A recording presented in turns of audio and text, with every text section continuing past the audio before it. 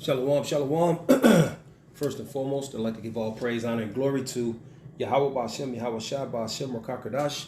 Double honors to the apostles and elders, the great millstone. Peace, blessings, and salutations to the hopeful elect, the house of David, wherever you may be scattered throughout the four winds of the earth. This is your brother, Yazariah Allah, from the Great Millstone Branch out of Chicago, bringing you another lesson in truth and sincerity. Lord's willing, it's edifying to the body. The lesson today I'd like to bring is, hey, woe to them that trust in Egypt, man. Hey, Egypt is not looking too good right now, you know. It doesn't have Egypt doesn't seem to have that grip upon the world like it had before, right? It's losing its grip right now. We see that the nations are not listening like they used to listen to Babylon, you know, or Egypt, if you will. You know, that horde that sits upon many waters, like the scripture says, right?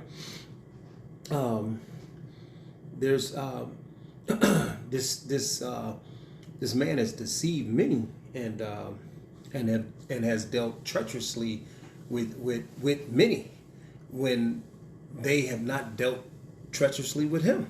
So now they're rising up, you know, against him. So Babylon is not looking so good, aka America, right? And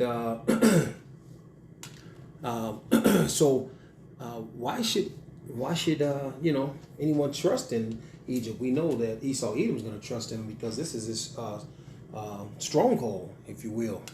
This is the stronghold which there was, you know, stolen, of course, you know, because there was somebody here when he was here. So, but instead he just went in and took it anyway because he, you know, shall live by the sword, like the scripture says, right? The scripture says, woe to them for Jake to be dealing with Esau like this, you know, and it's time to wake up, and it's high time to wake up out of our sleep, you know, and because our salvation is closer than what we thought it to be, right? Let's grab the first scripture. Let's grab Isaiah 31. And at the top, verse 1, it reads, woe to them that go down to Egypt for help and stay on horses and trust in chariots because they are many. Right.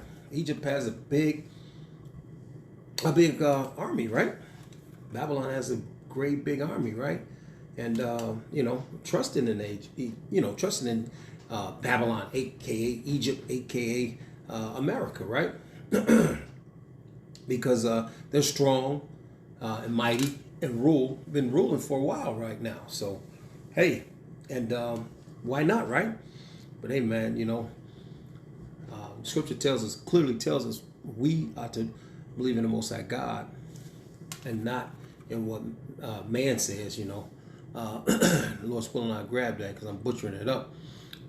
It said Isaiah 31:1, and it reads, woe to them that go down to Egypt for help and stay on horses and trust in chariots because they are many, and in horsemen because they are very strong, but they look not unto the Holy One of Israel, neither seek the Lord, Yahweh, right? They don't seek Yahweh Ba'ashem Yahweh Shai, right? Let's grab that. Let's grab Second Kings 6:16. Let's see. Who should we be trusting? 2 Kings 6:16, right? Oh, wow, what happened? 2 Kings 6:16. Let's start at 15, verse 15. 2 Kings 6:15, and it reads, and when the servant of the man of God was risen early and gone forth, behold, an host compassed the city, both with horses and chariots. And his servants said unto him, alas, my master, how shall we do? Right? Now they surrounded basically with all these horses and chariots, right? Right? Forces are upon them, right? Verse 16. And he answered, fear not, for they that be with us are more than they that be with them. Let me read that again. Can't mess this scripture up. 2 Kings 6:16, and it reads, and he answered, fear not, for they that be with us are more than they that be with them. That holds true ever, forever and ever and ever. Even right now, for who? Those that believe, right? Have that faith. That's right. That belief. And guess, and that's right. I'll show you my faith by my works, right? Verse 17. And Elisha prayed and said, Lord Yahweh, I pray thee open his eyes that he may see. And the Lord opened the eyes of the young man, and he saw, and behold, the mountain was full of horses and chariots of fire around about Elijah, right? And when they came down to him, Elijah prayed unto the Lord and said, smite this people, I pray thee, with blindness. And he smote them with blindness according to the word of Elijah, right? And that's all I wanted to get in that. But there's more, there's more. Woe to them that goes down, like I started off in that Isaiah, there's nothing to fear, there's nothing to fear, no one can come above or beyond or do anything other, above the hand of the Lord. And he shows you right there. That's the hand of the Lord. He's going to show his hand. Man can show his hand all he wants. And his hand is where? His hand is in the his hand is ultimately the Lord uses man, right? And we know that through that Psalms two scriptures I'm thinking about right now. It is Psalms.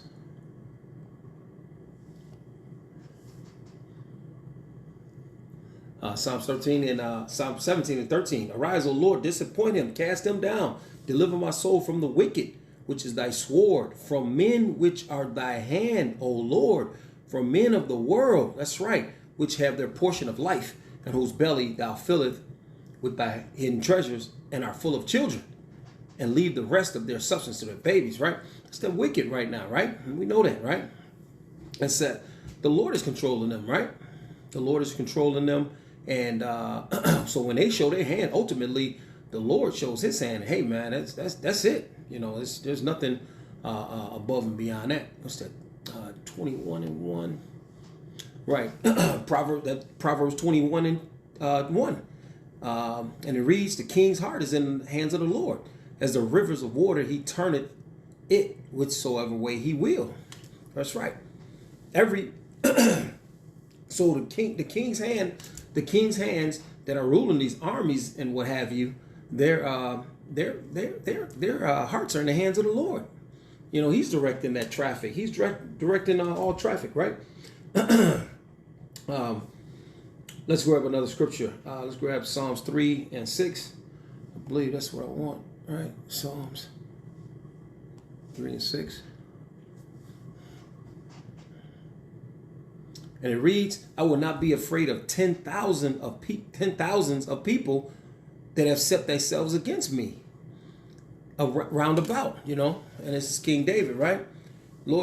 King David's telling you, this is the faith that he has in Yahweh Hashem Yahushua, right? In this truth, he knows that, the Lord is going to be his refuge, ultimately. The name of the Lord is a strong tower, and the righteous run into it and are safe, right? So man, there's no need to run to or Egypt, run to Babylon, or AKA America for trusting in it because it looks like it's so strong and mighty. No, it's not. It's not strong and mighty at all. It's falling down. Like London Bridge is falling down, right? This place is falling down. Can't you see? We see it. But let's grab that Psalms 91. Let's grab Psalms 91. Let me see. Let me see.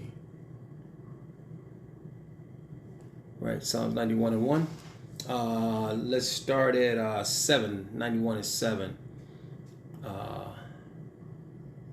And it reads, 1,000 shall fall at thy side and 10,000 at thy right hand, but it shall not come near thee. So in the midst of all this trouble, which what troubles that? Jacob's trouble. That's going to be everybody's trouble, though. But he shall be saved out of it, like the scripture says, right? But and that he is the ones that the Lord is going to be a guide to. The Lord is going to be only ones. He's going to be a guide to those that believe and trust in him. And I believe that's that 2nd Ezra 16, right? The hand of the Lord is not too short that he can't save, like the scripture says, right? Roughly paraphrasing. But let's grab one more scripture and make it short, right?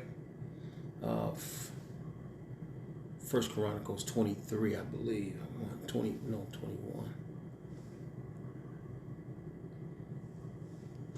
Let me see what this is. 1 Chronicles 21 and 13, and it reads, and David said unto Gad, I am in a great strait.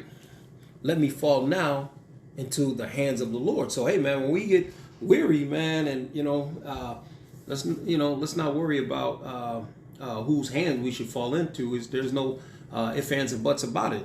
Point blank, period, man. We fall in the hands of the Lord. And the Lord is much more merciful than this devil out here, right? It says, let me fall now into the hands of the Lord, for very great are his mercies. But let me not fall into the hands of man, right? Because, man is not merciful. Man is going to leave you high and dry, and do as much damage to you as he can, and he's going to try to get much out of you, and then not only to you, and do it to your offsprings too. So, hey, but anyway, there's no need. We have no need to run down to Egypt for help. Period. This place is a burning bridge. You wouldn't walk across it, would you? Burning building. You wouldn't walk in it, would you? Right? I mean, it's a big, huge explosion, a blevy, if you will. A blevy is a boiling liquid, expanding vapor. It's an acronym, right? But anyway, it's a blevy about to happen. So you see this thing, it's about to blow. You're gonna walk towards it, in it, go get help from it? No, you're gonna go away from this. Just like the elder always says, Yaki says, if the world is going westbound, you should be going the opposite, which is eastbound. That's right. But anyway, said enough. Lord's willing, I was edifying to the body. I'd like to give all praise, honor, and glory to Yahweh, Ba'ashem, Yahweh Shah, Ba'ashem, Makar-Kadash, double honors to the apostles and elders, great millstone. Peace, blessings, salutations to the hopeful elect, the house of David. Shalom and a ball to this freaking place.